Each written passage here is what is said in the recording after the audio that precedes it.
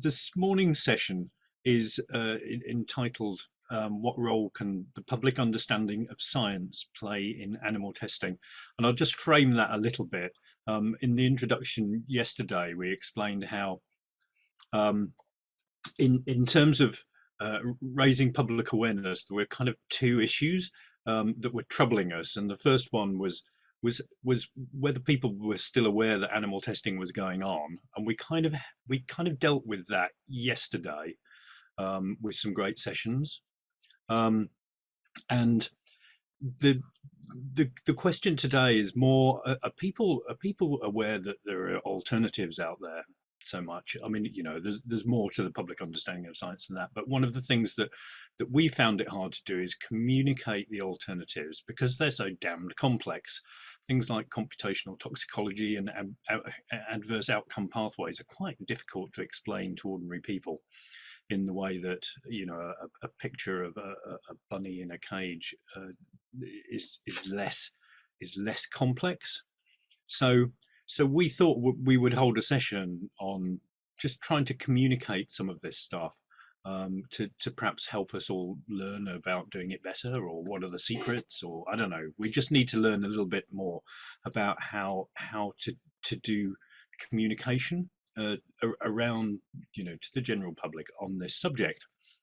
And so for this panel, we'd lined up three great people to come and speak to us. We've got Kathrin Herrmann, who is based at CAT who works at CAT in the States. I suspect you might be based in Berlin, but we'll find out about that because you've got another job in Berlin.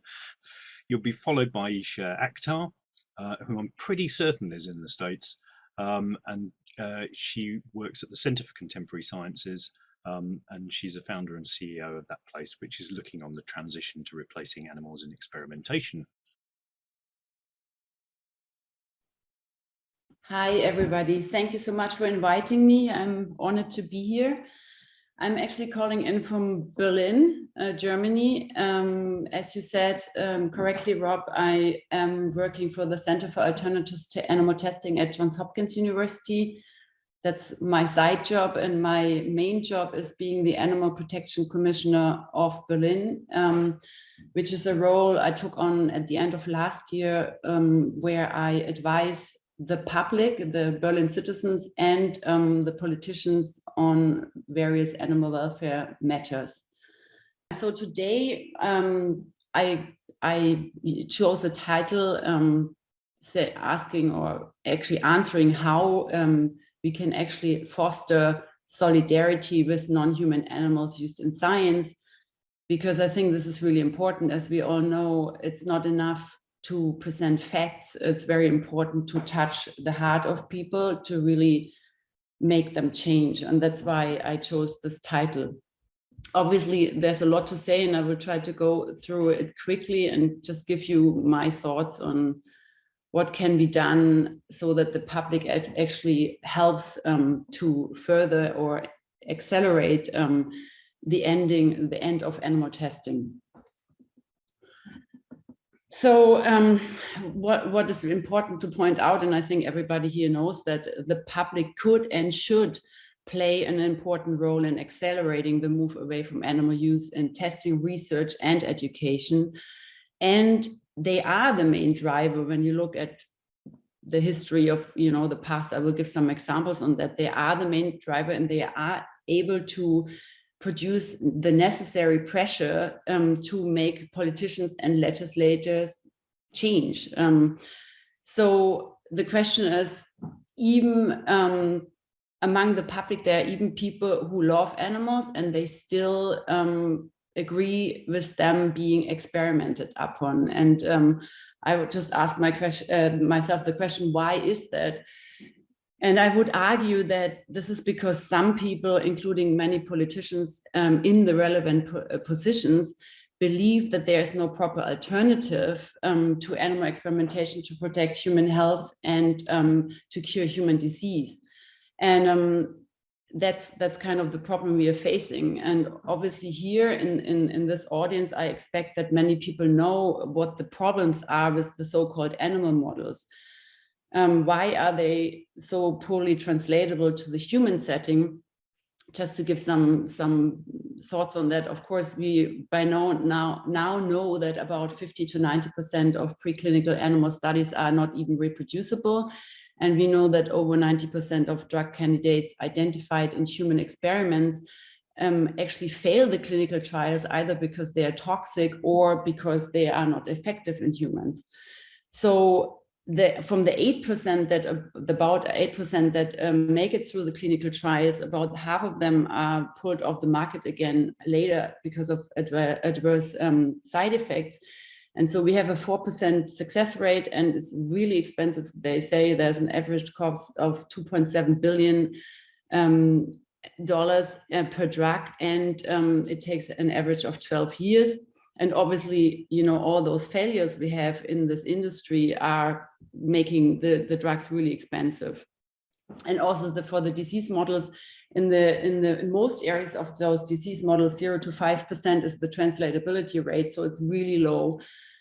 So why do so many people, especially politicians and legislators who are able to change this situation, still believe in those experiments and actually support their continuation, or at least don't do anything against that? And that's where I wanted to show some pictures that you can actually find online from different organizations. For example, this one is from FBR, Federation for Biomedical Research. Then here they say that rats, and they have the same picture for mice, have saved more lives than 911. And also here, this is a typical image that says, yeah, also animals benefit from that. This is another one from ALAS, where it said, if there is no animal research, there is no cure. Then during COVID now, it's also a typical claim. And even ALAS even targets young people with making them participate in a competition where they make little video clips and explain why animal research, or which animal has saved their grandmother, for example. So yeah, quite questionable. And then when you look at the statements of prominent scientific societies, you can see that, yeah, there is a general claim that animal experimentation is great. And here the last one is interesting in our current times. Is in uncertain times, one thing's certain: animal research is playing a key role fighting this global pandemic. So yeah, it's maybe not surprising that legislators and politicians are confused about the situation, how important is animal experimentation. And yeah, so, but on the other hand, when you ask public opinion, you can also see that more and more people are generally opposed, and they want more to be done to reduce and replace animal experiments. So this is actually really promising, because as we heard before, it's very important to build this public pressure. And yeah, as many of you know, we have the European Citizen Initiative, which is a participatory democracy tool that we have had for a while now. And in 2015, we had the Stop Vivisection campaign that led to several changes. They wanted to abrogate the directive 2010/63. They didn't manage that, but it actually led to a number of actions of the European Commission's Joint Research Center.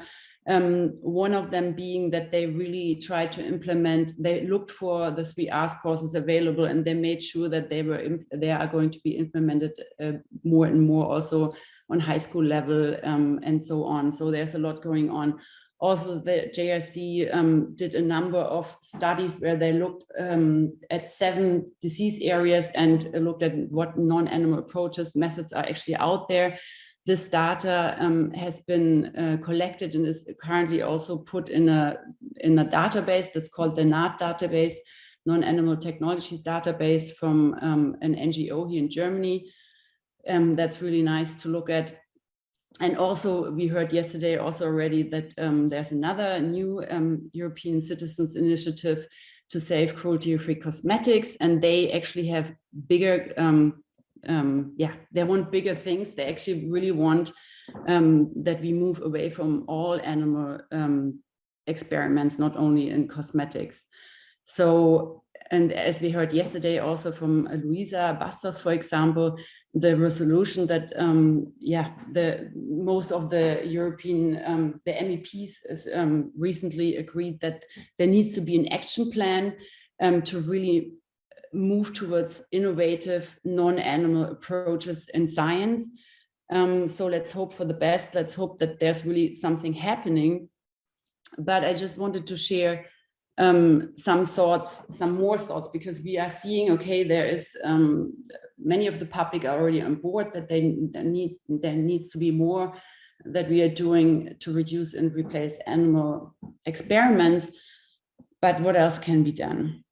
Yesterday, Friedrich Müllen already showed his approach to raise awareness about this cruelty that's actually happening. I mean, you can't really, even normal animal experiments, even if those animals are not treated badly, as it was in the case of the Laboratory of Pharmacology and Toxicology near Hamburg, it is clear that those animals suffer. They are anxious. Even the husbandry has its problems already and makes them suffer. So it is a very important thing that undercover investigations are happening, and it just also just gives you a little bit of an idea what's actually happening in the laboratories. Unfortunately, the problem now is that during COVID, what I heard is that the inspections in the laboratories even went down. So there's even way less oversight than before. And that's problematic, obviously, because those experiments need to be supervised and inspected. And besides the pain, suffering, and distress and death of animals in labs, the public needs to be informed about the actual benefits of animal experiments. And so that's why actually we also already heard from Jen yesterday. She was talking about this book that was published 2 years ago. And I just wanted to tell a little bit the background story about this book, because besides the content that you can see here, why I came up to do this huge project with 50 other authors was because I used to work as an inspector and regulator in Germany for almost a decade. And I frequently, I first started to get into this, or I did this job because I thought, as a veterinarian, I've always been critical about the ethical justifications and most of the scientific justifications of animal experiments. And I wanted to get a better idea. Maybe I was wrong or right. And so I started working there. And then I realized that the way the competent authorities, at least in Germany, but I think there's not much difference in the other countries, are set up, doesn't really protect the animals enough, because the problem is that there's limited time and resources, for example, to assess those animal research proposals in depth and to really challenge and scrutinize the justification, the scientific justification for animal experiments. And that's why most of those animal experiments actually get authorized. And I also think that there's not the political will to really change the system, because I mean, you could do a lot to improve the manpower, the access to outside expertise and so on, to actually scrutinize those animal proposals. And I don't see that being done. And that's why I decided the only way to move forward and move away from animal experimentation is that the public needs to be informed, because as you saw before, the animal research industry has a big budget for lobbying and also for showing their way of how they see their work. As I showed earlier, there are many, when you look at that online, you can find many websites saying all great things about animal experimentation. It's not balanced it's very biased. And so we decided to kind of show the evidence-based side of things. And I highly recommend reading this book. I'm very grateful to the Lush charity pot, actually, because they gave us the majority of the money for open access fees. Also other organizations supported us. So we were able to make this book open access. So another point I wanted to make is if we really wanted to know the return on investment of animal experiments, we could conduct more retrospective reviews. Actually, you could retrospectively assess every animal research study you ever did. And I think this is astounding that this industry is not scrutinized more, or its output, because basically you also have to think that there's a lot of taxpayer money going into this industry, and it's supposed to further healthcare and public health in general, and there's oftentimes not much return on investment. So I think this is another thing we have to ask for as a public, that actually things are assessed, and not only assessed, we then have to act upon our new knowledge and move forward. And even so, the new methods, the non-animal approaches, are still in their infancy. They already, because they are human biology based versus based on another species biology, have more potential in predicting the human outcomes. So I think that's very important.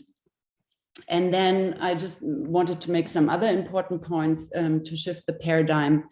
And one is that I also think is quite important, is that we have independent scientific institutions that inform legislators and politicians, but not only inform them, they must have some leverage. They must have, they have to have more than an advisory role.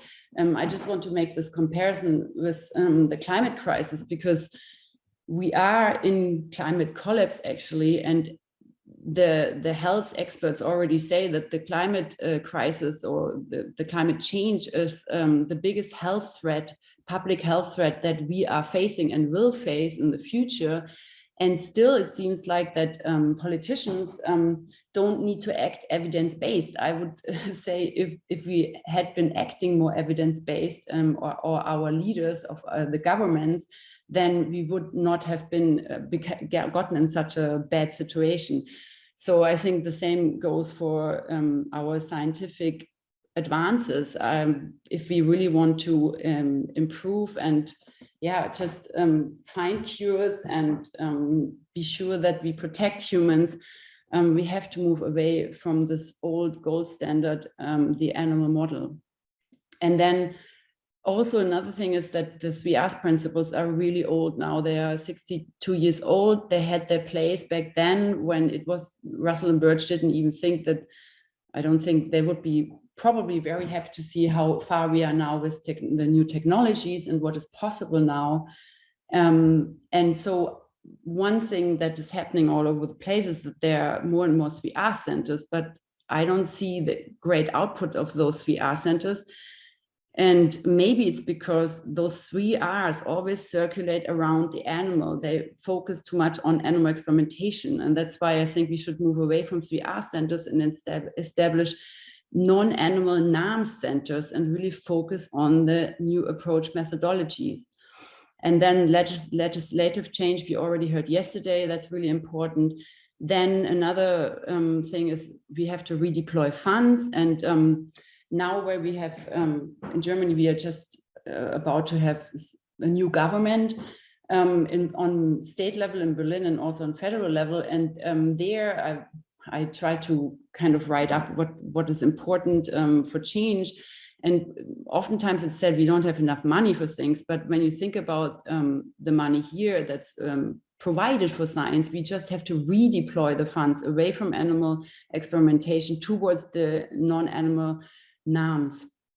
And then another very important thing that is very close to my heart is education and training of students and the early career scientists.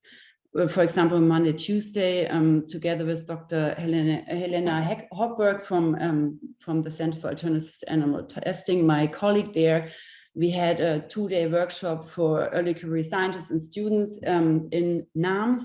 And the idea behind that was also to have them network and exchange their knowledge and also to build a community, because this is still a very small community. The majority of people still experiment upon animals, and that's why it's very important to support them also psychologically. And also, of course, give them networking opportunities and so on. So yeah, this is basically where I think we have to go. And just one more thing about what everybody of us can do, I think that's sometimes forgotten, is that we have to take responsibility of our own health, because that will also minimize the use of animals in science. Because if we are more healthy as a society, then we can also avoid invasive experiments on animals. And I think that's an important point everybody can do in their own lives. So yeah, just some other things that I wanted to highlight for the early career scientists. There's this network from PCRM, then the NAT database. I was actually saying a few things about, check that out. You can find all the new animal technology and the non-animal technologies. And then here, for example, this is just an example that we have a 3R series that focus on replacement, and it's a webinar series that's free of charge. And if you're interested, just email me. I can put you on our mailing list. Yeah, and that's actually what I wanted to share with you today. Thank you very much. Aysha Akhtar is the co-founder and CEO of the Center for Contemporary Sciences in the USA, which is pioneering the transition to replace animals in experimentation with superior human-based testing methods. Previously, Aysha served as Deputy Director of US Army Traumatic Brain Injury Program and spent a decade as a medical officer at the FDA in the States. So basically, I'm really going to make the case that we need to change the narrative on animal testing. So if we look at the numbers of animal testing worldwide, the unfortunate news is that the numbers indicate that animal experimentation is actually increasing. The best estimate we have is that more than 200 million animals are used each year. About half are used in the US. And the top 3 animal testing nations are US, Japan, and China. And I suspect that China is probably surpassing the US and every other country now in this regard. And you guys know, we can only make a guess because there's so little transparency on the numbers of animals used. In the US, we have no idea exactly how many animals are used because most of the animals aren't even counted. So there was some good news for a while in the US as far as public opinion. And if you look at the slide here, up until 2019, so there's a Gallup poll in the United States. It's called a Gallup poll, which is a pretty respected polling agency that polls the country on different issues, including public acceptance of fur, abortion, and animal research. And the question they actually ask is, do you find medical testing on animals to be morally accepted or morally wrong? And so this is medical testing on animals, not even cosmetics. This is medical testing on animals. And if you see just a trend here from 2001 up to 2019, the percentage of Americans polled who found medical testing on animals to be morally wrong steadily increased to a high of 44%. But then you see it dropped to 39% in 2020. And I suspect the reason why it dropped is because of the pandemic. And if you guys probably have seen, we have seen many news articles emphasizing the need for animal experimentation, basically exploiting public fears the public's fears about the pandemic to say that we have to experiment on animals. So here's some of the news articles that have been coming out with the pandemic. And so we see for example, the West's moral cowardice over animal rights has helped China become a world leader in biotech research. Basically, this person is arguing that we need to stop worrying about the animals' rights and instead worry about human rights, right?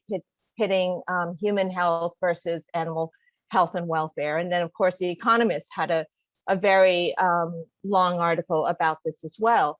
And so these kinds of articles have been coming out a lot over the past year, more so than I've seen in a long time, really exploiting people's fears about infectious diseases, about the pandemic, to justify not only the continued use of animals in experimentation, but to justify increased funding and the creation of what they were calling a monkey stockpile in the United States. So that experience has caused me, actually a while ago, to cause me to start thinking differently about animal experimentation. So this is my dad, my Abu, enjoying his morning cup of tea. And you know, we're English. I'm actually English by birth. So tea is definitely the national drink for us, the household drink. Now, my dad has suffered from diabetes for a long, long time, and he frequently gets a neuropathy, which is a flare-up of a type of nerve pain. And if any of you know anything about neuropathy, it's a very, very uncomfortable, very different kind of pain, and it's very difficult to treat. And I've seen him suffer through neuropathy again and again without being able to offer him something to treat that pain. And then professionally, as a neurologist, when I had to diagnose patients with Parkinson's disease, with Alzheimer's disease, with multiple sclerosis, and so on, the best I could do is offer them medications and therapies that support their general health or help alleviate some of the symptoms. But we have nothing to actually treat the disease itself, the underlying disease itself. And that was what that was the case when I was deputy director of the Army Traumatic Brain Injury Program. Brain injury is a huge problem, not just for US military soldiers, but for soldiers throughout the world. And despite the fact that worldwide, arguably millions, if not hundreds of millions of dollars have been used to bash animals' heads to find treatments for head injury, we have no treatment for head injury. Again, the best we can do is help alleviate some of the symptoms that result from head injury.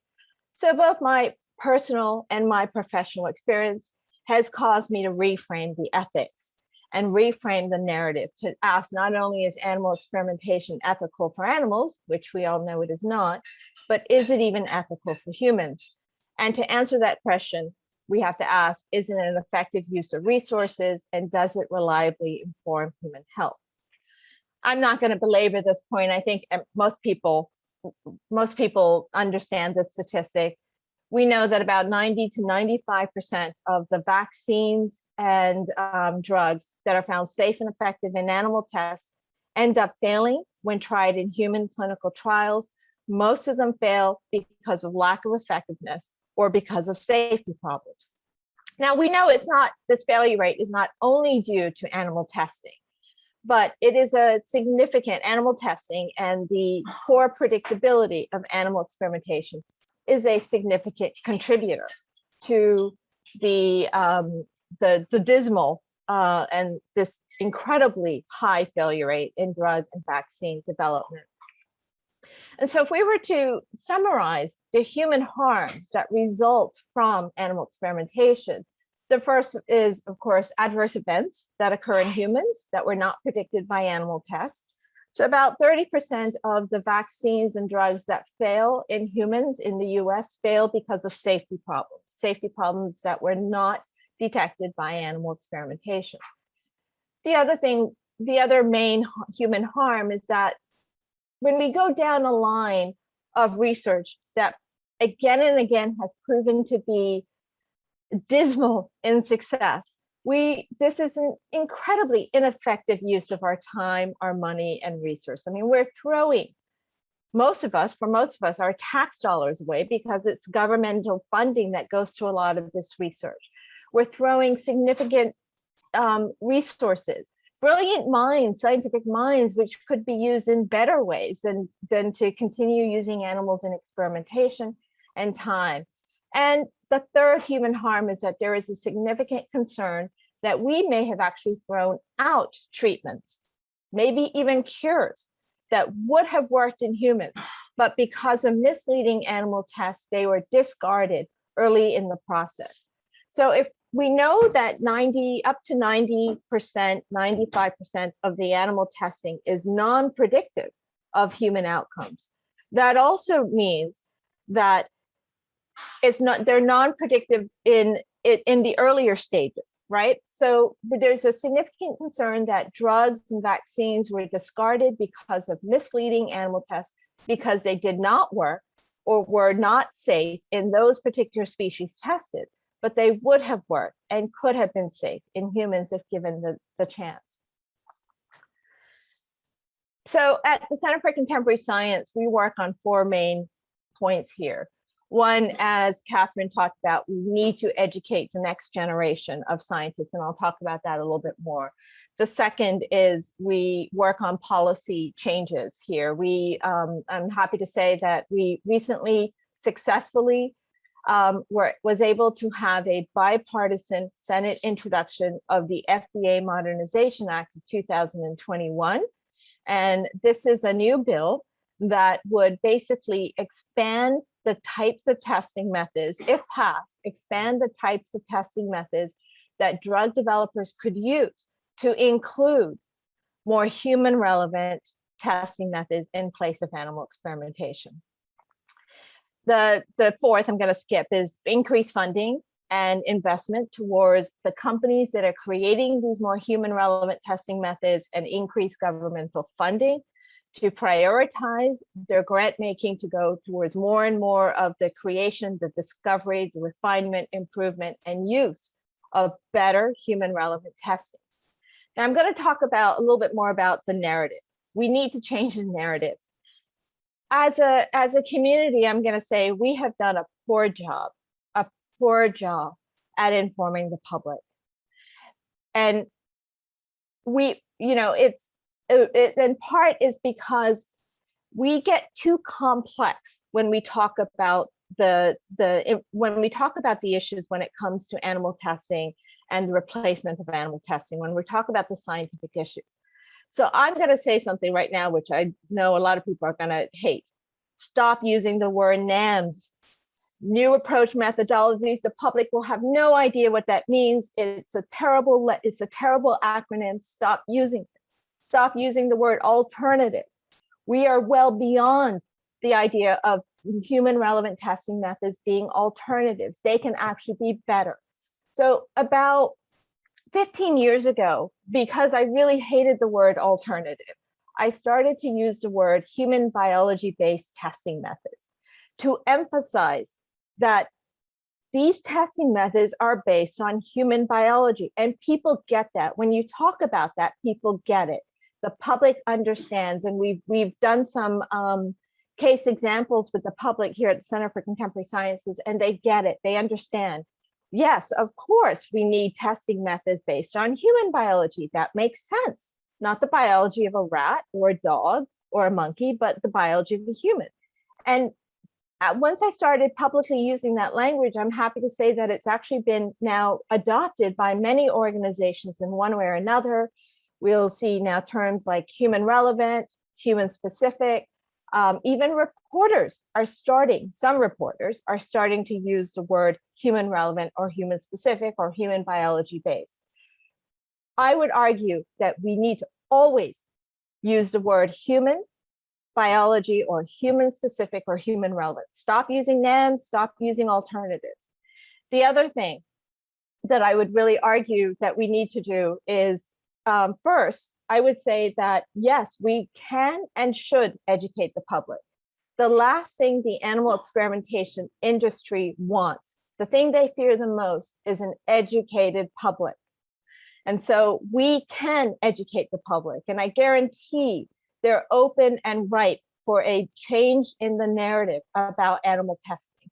So just be simple in how we approach animal testing. And what I mean by that is just say simple words. We can revolutionize medical research to make it much more relevant to human biology. It will save not only animals, but save humans. Keep it simple like that. That is the type of language that the animal experimentation industry uses. We need to do the same thing. And we can and we should do the same thing because the narrative can and must change because the science is showing that it must change. And so I strongly argue for keeping the language simple and using human biology testing methods. Also, at the Center for Contemporary Sciences, we've started to now adopt the word artificial animal models because they are artificial. They are artificially created diseases in animals. Stop using just animal models, now start saying artificial animal models. The more you start using language like this, the more it seeps into the public's mind. Language is key. Language is so key to this. And I highly argue that if you want some good primers on language that works, there's a book called Made to Stick, which I would highly argue that you read. It's a wonderful book and it gives you some good ideas of how language could simply and strongly be used to support your cause. And I wanted to also just talk a little bit about the next generation. And I know Kathrin talked about it, but it really is right. The next generation is right for a new narrative. So we at the Center for Contemporary Sciences did a pilot study of students pursuing their PhDs in biomedical sciences. So this is a small study and it was here in the United States. And basically what we did is we asked them, how interested are they in learning and being trained in human relevant testing methods? And of course, all of them except one said that they were interested. And for the life of me, I don't know who that one individual who said he wasn't interested or she wasn't interested. And then we asked them why are they interested in learning about these methods? And they were able to choose more than one reason. Believe it or not, which really surprised me and our group here was that the majority of students, the number one reason why they wanted to learn about these other methods is because they were concerned about animal suffering. So 66% chose that as one of their main reasons. The other main reasons they chose was because they felt that that science was more human relevant and that is the future of biomedical science. But most of them, I would say more than 50% said that they were either offered no training opportunities at their university or they were not aware. And I suspect that number is much higher. We actually did a landscape analysis here in the United States of colleges and what they teach. And there's only a handful of colleges that have some dedicated curriculum and programs in teaching students, biomedical students, about the more human relevant scientific methods. Now, I mentioned students because the Gallup poll that I talked about earlier, if you call the Gallup poll, the increasing trend that was happening in the percentage of Americans that were increasingly opposed to medical experimentation on animals was driven primarily by the younger generations. Now, I know that that makes sense. That's obvious to most of us, but that was, more fodder for the fact that the younger generation is growing up with a phone that does everything, right? A phone you can take pictures on, a phone that you can, peruse the internet, a phone that you can watch movies on. I mean, things like that. They're growing up with this kind of technology. They're also growing up in the context of the climate change problems, and they're growing up also because of animal protection advocacy on many different issues has increased the awareness among the younger generation about how we should be treating our planet and the other animals who inhabit this planet with us. So they're right. for this new narrative. They truly are. And I really suggest that we need to really work hard in reaching these next generation of scientists, because the more they are trained in human relevant testing methods, the less likely they will come out and do animal testing in their lifetime. And because that it's, you know, you think about it, right? If you were to look at an image of, Kathrin showed this horrible image of those monkeys strapped in those devices. I mean, it's heartbreaking. And it's just a scene out of a horror book or a movie. It's horrible. Now, compare that image to the images I know many people have seen of these organ on a chip technologies, and how clean and how beautiful and how futuristic they look. And that's what we need to do. We need to also, if we want to convince the population and show them that the future is not animal experimentation, show those images side by side. Show the image of the monkeys on one hand. This was the past. Show an image of an organ on a chip or an organoid or a virtual human, and show, and then have a caption. This is the future of biomedical research, or something like, which would you rather choose? Things like that. Those are the types of messaging that we can do to really impact how the public feels about animal experimentation. And again, it's not about, we're not manipulating the public, we're informing them, because what we're talking about truly is scientifically evident that to better protect human health, we need to move away from animal testing. So I'm just going to stop there. This is my little girl, my little Nessie, with her little soccer ball. Here's my contact information if anyone wants it. And I will go ahead and stop sharing my slide. Thank you all very much. Excellent. Thank you very much for that, Aysha. That was really good. Just what you want from a conference contribution. Some provocative things, going after the words like NAMs. I'm just checking the words behind my head to make sure that I'm not saying alternatives or NAMs or anything about that. We're saying animal free. So there you go. That's something else. Pranjul, are you able to put your camera on and join us on the panel? I thought I might just ask you to just introduce, I mean, I can do a bit of introduction, but you can maybe just talk a little bit about the work that you're doing now. So Pranjul was a young researcher winner in 2016 of Lush Prize, which is how we got to know him, and his amazing work on gut on a chip, or microbiome on a chip, is what we know of as your specialist subject. And we like Pranjul so much, we invited him to become a Lush Prize judge in 2020. So he's becoming one of the team, and he helped us out a lot today by saying, I can come along and join your panel to get to have some more voices. And so Pranjul, do you just want to let us know a little bit more about, you're in Luxembourg now, aren't you? And just a little bit more about what you're doing now, and perhaps just a reflection on how it's been for you trying to talk about your work to a wider public.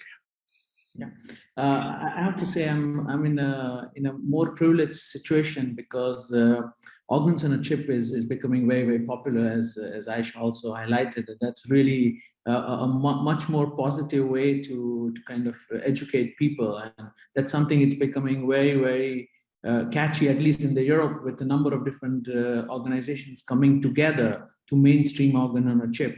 So this was fantastic, and I mean, from 2016 with Lush Prize, but apart from that, also the recognition that we got from the National Research Foundation, which has been in Luxembourg promoting heavily these kind of alternative technologies. And since then, a number of different researchers, but also we had Tilly talk about also what's going on from Luxembourg, and MEP also promoting this is fantastic to see for a small country like Luxembourg.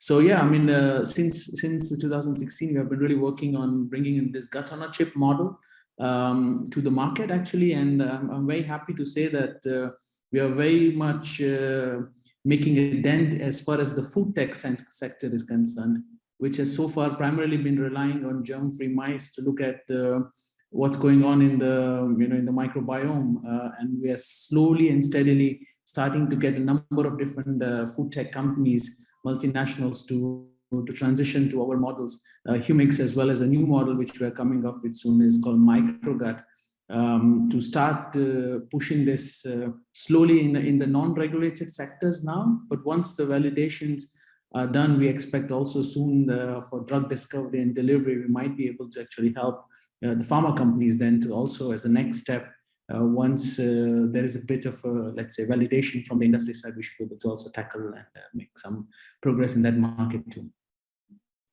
Excellent. Hey, well, thanks. Yeah, thanks very much. No, it's good to see it becoming commercial.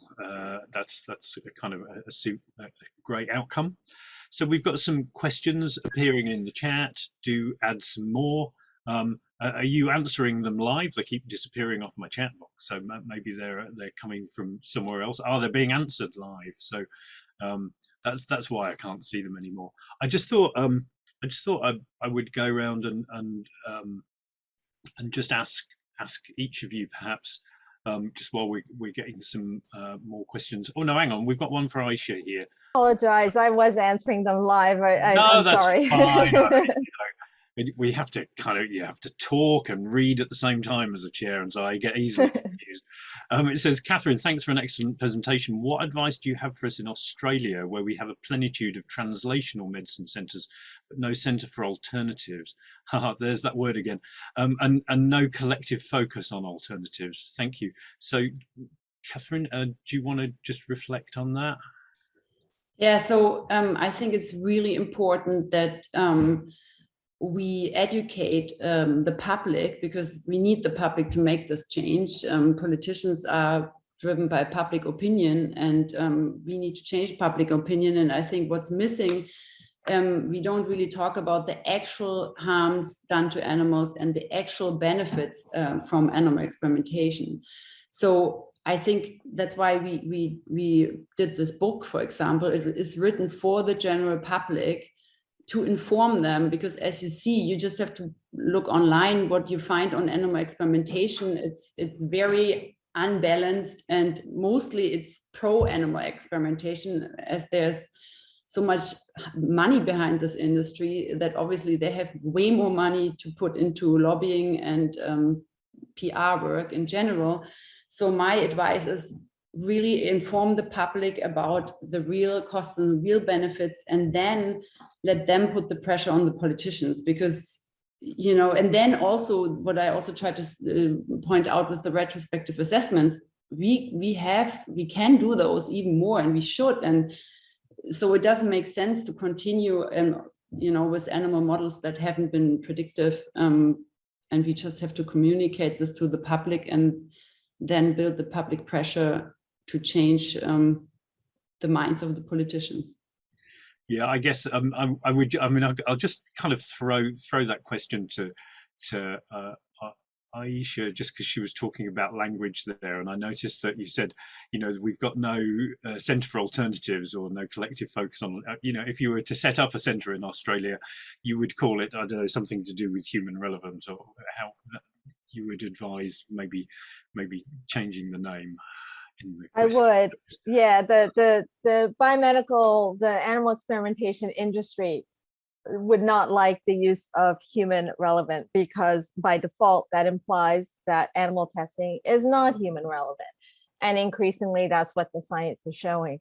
So I really highly argue, please, if you can. I know, you know, if you already have a center that says alternatives, you know, you might want to consider changing the name down the road, but at least in your language, in other respects, use human relevant, human specific, human biology as much as you possibly can. And then when you describe animal models, use artificial animal models. That really does seep. Language is so key, and it really seeps. I mean, if I were to say something, in the United States, in some ways, the Democrats have done such a terrible job at reaching the public, because they use complicated language. They make everything complex. And the reason why Republicans have become so powerful, and I'm not endorsing, what I'm saying is that the reason why they have become so powerful is they simplify the language. And so we need to do the same thing, simplify the language, get it out there, and we can change the public perception about animal experimentation. Okay, yeah, thanks very much for that. We've lots of things going on in the chat and in the questions about the book that you mentioned, Make It Stick. I think we've now, our team, Craig, thanks very much, has found a link to it so that you can all go and buy a book and learn about language and sticks and all that kind of stuff, which is fantastic. I would just, while we've got another question here. I noticed your answer said you needed to go away and think about that. And that is about if it's human relevant. If we're looking at aquatic toxicity, the human relevant language doesn't work. But yet we can still find ways of maybe addressing aquatic toxicity without the use of the live fish. So, I mean, I guess you don't have to have an answer if you haven't got one there, but I think, yeah, it's a hard one, right? So when we're talking about environmental safety and you're talking about the safety of other species, wild animals like fish, using fish to test for environmental safety makes scientific sense, I guess. But I would argue that we can be environmentally friendly in the way we do that type of testing by perhaps using more, maybe creating fish organ on a chip technologies, for example. And there's a lot of room for that kind of technology to be used to create different types of animal on a chip technology and virtual fish and virtual birds, and because there's so much data on them already. Okie dokie. I'm just going to do a kind of question for all the panel so that we can hear from all of you that I've made up myself and that isn't on the list. So can you think of like the best example that, or just like a really good example of communication that you've seen, if you like, from our our side, from the non-animal method side, about a new technology?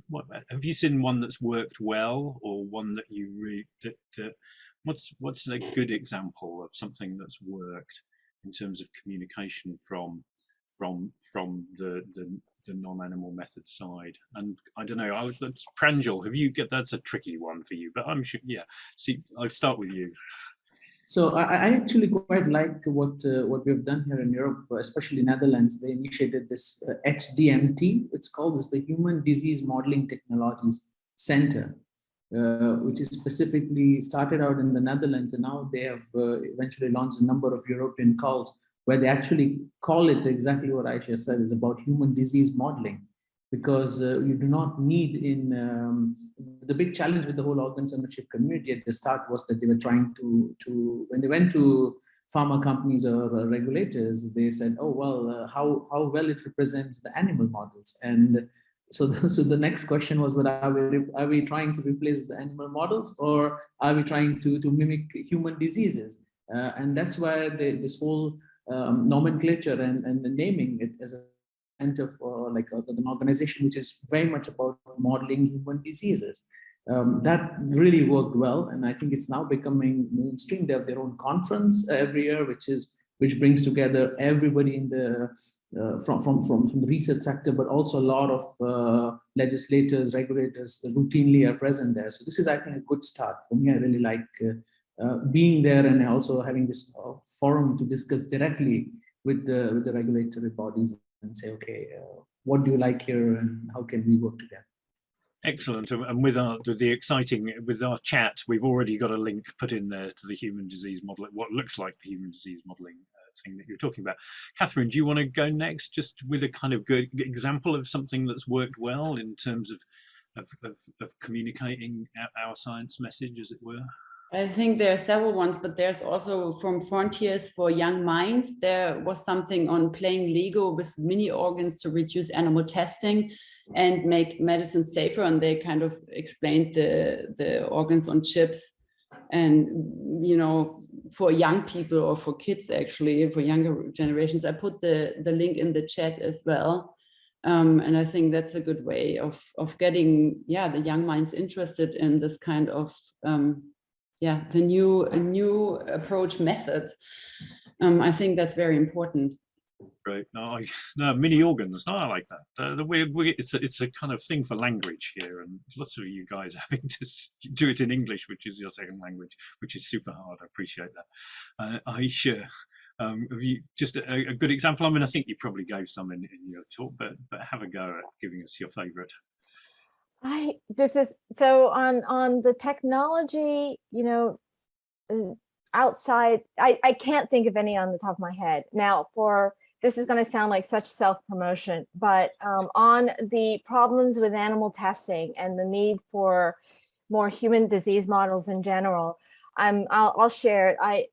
Several years ago, I published a series of blogs on Huffington Post here about animal testing, and they were some of the most widely distributed blogs on the issue. They got a lot of attention. One of my articles, actually, the blogs ended up being incorporated into educational materials for students from just a generic educational, I forgot what it was called, that they create an educational book for teachers, and it was about argumentative cases, how to make a strong argument. So I can share that. And you can see some of the reason why I would suggest that is you can just see how I kind of break down the language kind of simply. And I think that's why they succeeded so well. So I'll just share that in the chat box now. Great, we've got loads of resources going into the chat, which I'm sure our very efficient team will be recording and writing up in a blog, or we'll passing it on later for all those of you who can't multitask quite as efficiently as some of the others of you. So there's another one in the chat here for you, Aysha. You're becoming our language specialist here. It's just about the language of replacement. It's someone from Doctors Against Animal Experiments in Germany. So Karina, asking about we are avoiding the term replacement because it implies that animal experiments are principally suitable and they need only to be replaced in order to deliver results relevant to humans. But we need no replacement. We need a paradigm change.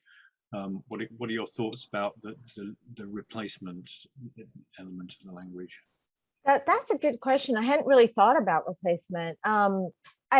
I think replacement is kind of a neutral word. It doesn't have any negative connotation, but I would agree that paradigm change is probably, it's more powerful. That type of language is more powerful than just replacement.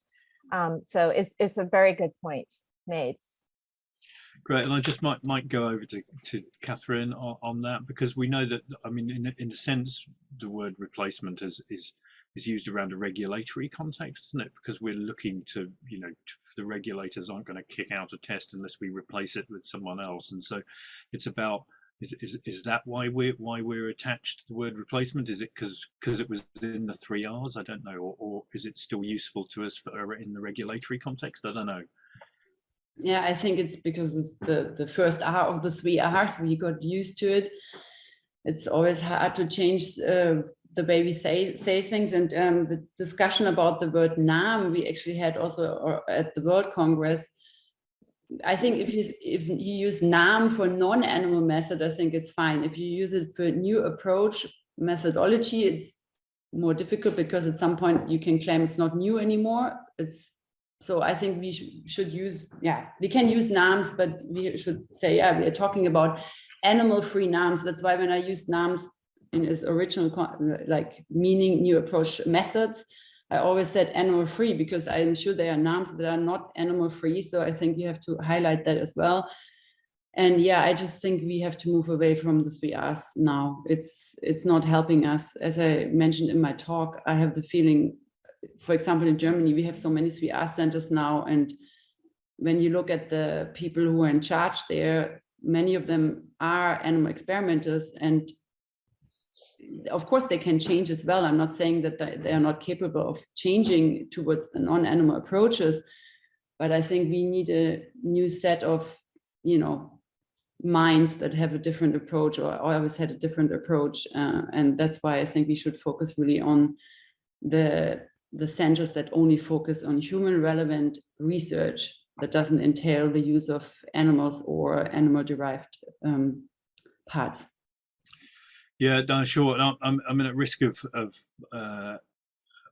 blowing Lush Prize's own trumpet. For anyone who's able to stay for the whole day, we're going to talk a little bit about a 1R network that we're exploring setting up again, and this is a kind of as a vehicle to challenge the language.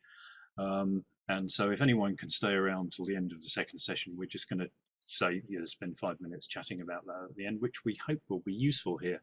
I noticed there's a question here for Pranjul in the thing, going, could Pranjul explain in a few words how his technology works? And I've talked to Pranjul about this, and Pranjul can talk for 2.5 hours about how his technology works. So your challenge, Pranjul, is to say in a few words how your technology works. Yeah, so we're basically mimicking the human gastrointestinal tract. Especially what we're really interested in is understanding the role that the microbiome, the gut microbiome plays, is not only in our health, but also in diseases. And there are plenty of the different systems, but not many are modular. So what we're trying to really do is provide a full suite of services and features in a technology which can be leveraged for modeling anything linked to microbiome. So looking at the role of microbiome in cancer, in neurodegenerative disorders, in diet, personalized nutrition. These are just some of the different topics that we are tackling. I'm going to put links to a couple of papers that we published, one on the technology itself, but one where we've applied this to colorectal cancer, and 2 of those papers that could give you a good overview of kind of the possibility. Great. Okay. So we're coming to the end here. We've got oh, here we go. There's another one that I haven't said. The panelists mentioned the power of the animal testing industry. How much do we know about the companies involved in this area? Has there been any research into the lobbying done by this industry? Do we have any idea of its size or profits or lobbying and this kind of stuff? So there's an interesting question. I don't know, Aysha, do you know about that? I mean, you raised it. I mean, Yeah. one of the really interesting things that we've seen today is some of the PR coming from the other side, if you see what I mean, bigging up animal testing, particularly during the pandemic. Yeah, you're right. They're very powerful. I don't know that anyone's really dug into how powerful they are, at least not in the United States. So I'm afraid I can't really answer that question. They're very powerful. They're actually what kept the majority of animals out of the Animal Welfare Act in the United States. They kept mice and rats specifically out of the, so they're not included in the Animal Welfare Act, and that was done because of the pro-animal experimentation lobbying industry. But I don't know how much money they have, and I don't know who funds them. It would be interesting to know who funds them, what entities fund them, what so-called scientific institutions fund these different organizations. I think it would be a great endeavor to try to find out that information. Great. I don't know, Kathrin, do you know anything about this area? Yeah, actually, we just talked about this yesterday because we have a very active website called our version of Understanding Animal Research, Tierversuche verstehen. And actually, when you look at who is funding this, it's quite surprising / shocking, because it's all the big research foundations and funders in Germany. It's like the Leibniz Association, the Max Planck, the DAAD, the DFG, all of them, the National Academy of Sciences. And I don't understand this. They have a really big, not only internet presence, but they are at every meeting. Everywhere are those people, and they are all influencing, especially trying to influence the young people. And just, yeah, a few more words on that. I mean, I was in the US for 3 years full time, and I was gone for 4 years. I wasn't in Germany, and then I came back, and I mean, I can only talk about Germany here, or let's say maybe Europe, because that's not only Germans. But I think at the moment, the animal research community is trying to persuade the next generation that animal experiments are the way forward still, because they are seeing that they are moving away from it. So it's kind of an interesting development that I saw at conferences, for example, there's something called the Basel Declaration, and they actually had a conference a year ago I attended, and I was quite shocked about that, because it was more about, okay, how can we make them understand that animal experimentation is great. And yeah, so, but it also shows that they are scared, you know, that there is this move away, you know, the next generation, everybody who cares about animals shouldn't want to experiment on them. And especially since there are better technologies out there, more valid methods, and that need to be obviously further developed. But that really shows we can't justify animal use anymore. And also one point I wanted to make that I think is really important is that competent authorities and funders must be knowledgeable about the outcomes of systematic reviews and other retrospective assessments. If it is proven that certain animal models are not furthering science or not helping in whatever they are used for, they must not authorize this research anymore, and they must not be funded anymore. And that doesn't seem to happen at the moment. I can give you many examples, and it's kind of shocking, because what, you know, how else do we move forward? And that's my last point I want to make. It's great that the new methods, or the NAMs, or whatever we want to call them, the non-animal approaches that have a higher potential to be successful are developing, but in parallel, the animal experiments continue. As Aysha also mentioned, there's no sign of animal experiments declining, and animal numbers are not declining. And that's because we have two parallel developments, and that also we have to ask the regulators to you know, have more influence here, because otherwise we can continue like this for a long time.